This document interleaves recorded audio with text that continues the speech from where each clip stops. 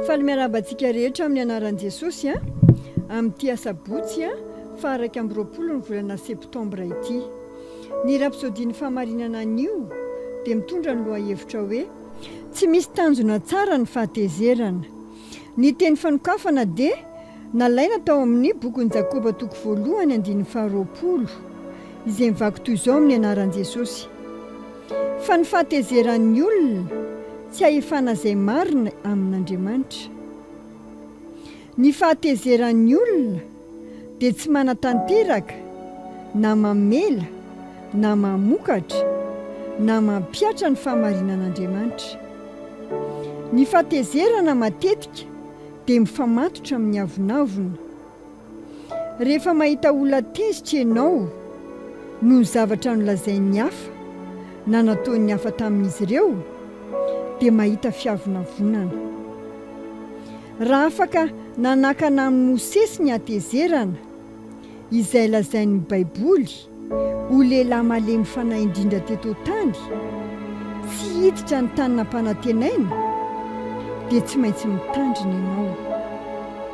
Ny Nomery toko 20 andininy 2 ka hatramin'ny 17 dia mitantara ny fomba namelan'ny Mosesy ny fahatezerana ho zava-dehibe mihoatra noho ny fankatoavana.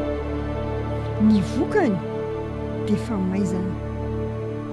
Tezitra tamin'ny Mosesy Andriamanitra noho ny tsy nanamasinany azy teo anatrehan'ny vahoaka. Hoy ny Nomery toko 20 andininy 12.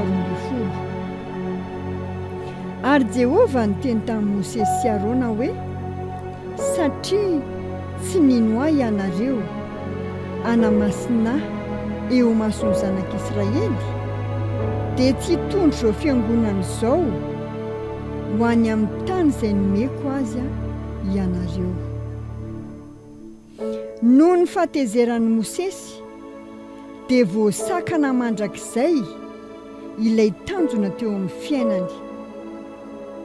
Taty aoriana dia afaka nanompo maso ilay tanàna nampanantenaina avy lavitra izy, fa tsy afaka niditra tao miaraka tamin'ny zanak'Israely araka ny nantenainy. Deutéronomie toko 4:1 andininy 1 ka hatramin'ny 4. Aza vela azo toerana ao anatinao ny fahatezerana. Tsy tokony hisy olona angovotra satria tezitra ianao.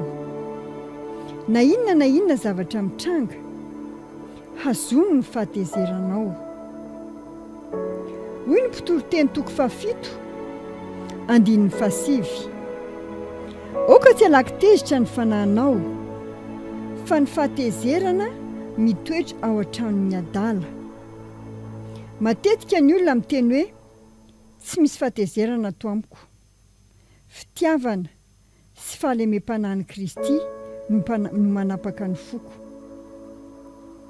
Fa ny Baiboly anefa pasteura Kristy mampafantatra antsika fa afaka tezitra tsika fa tsy manota.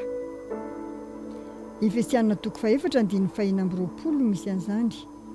Marina izany, saingy nampitandrina izy mba tsy hamela ny fahatezerana hanamafy ny fonao. Nahoana no mitahiry fahatezerana? Tsy misy tanjona tsara amin'izany. Afaka manana fahatezerana masina ianao. Ny fahatezerana masina no mahatonga anao hamaly amin'ny fanafihan'ny Satana sy ny asa ratsiny eto tany sy eo amin'ny fiainan'ny olona. Ny fahatezerana masina dia ianao manafaka ny olona amin'ny olana. Raha mahita ny asan'ny Satana eo amin'ny fiainan'ny olona iray ianao ka miteny hoe tsy avelako hitranga izany, dia anafaka izany fanahy izany ianao. Fahatezerana masina izany mahatonga anao maneho ny finoanao sy ny fitiavan'Andriamanitra. Tsy toy ny fahatezeran'ny olombelona izay miteraka tahotra sy fampitahorana